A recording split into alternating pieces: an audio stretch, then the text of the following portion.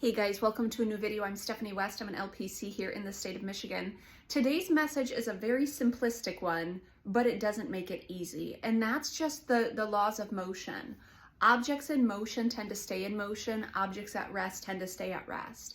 This is one of the life hacks that for me keeps me in motion. Because if I stop, there is a chance I won't start again. Because objects at rest often will stay at rest. So I'm very kind of intentional when I want to start something new in my life. I work on making sure I have an infrastructure laid and a foundation sturdied before I actually pull the trigger on something. So I'll educate myself on something. I'll get an accountability system in place. I'll craft up a plan. And then once I start the plan, if it is for my good and if it is something that I've put in the groundwork to kind of organize myself around and get prepared for, I'm not going to quit. And that's one of the things that I've had to really work on over the years, is making sure that as I start something, I don't give myself permission to put my foot on the brake unless something comes along in life that requires a pivot, or it turns out that it's not maybe something that's for my good. But if it is for my good and I've pulled the trigger on starting, I'm going to keep going. And I want to encourage you to think through that, because objects in motion stay in motion.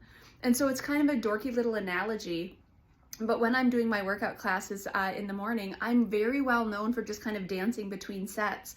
And people are like, what are you doing? And I'm like, I'm not going to stop, because if I stop, I might not start again. So I'm just kind of moving and shimming and shaking constantly because I'm just in motion. And I know that about myself. If I take the time to like pause and regroup and think like, do I want to be here? I'm not going to want to be there. So I just stay in motion and I kind of put pedal to the metal and I go.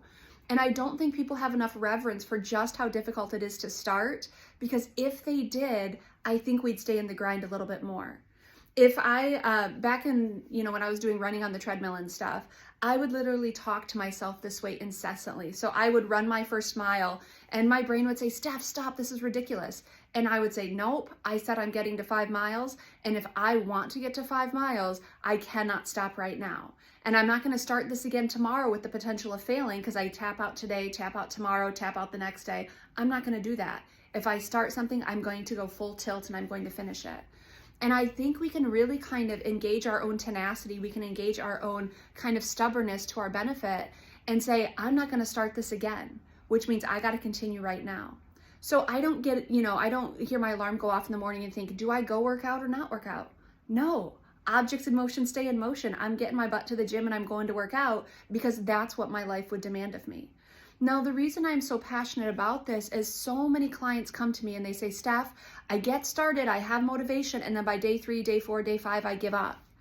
And the bummer is if they pushed through the discomfort of those first few days, of those first few kind of barriers or resistances, they would stay in motion. But they give up and they don't trust themselves to continue. And so they put their foot on the brake and they're like, okay, I gave it my best and now I'm done. It just is such a disappointing thing, because what it does is it tells us that we're not good at execution. We're not good at follow through. And if we believe that to be true about ourselves, we're going to be in kind of a perpetual stop, start cycle.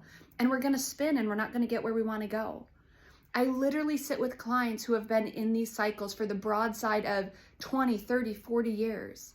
And they're sitting with me in their, kind of later years of life saying, I'm just not that person that can execute. I just can't follow through.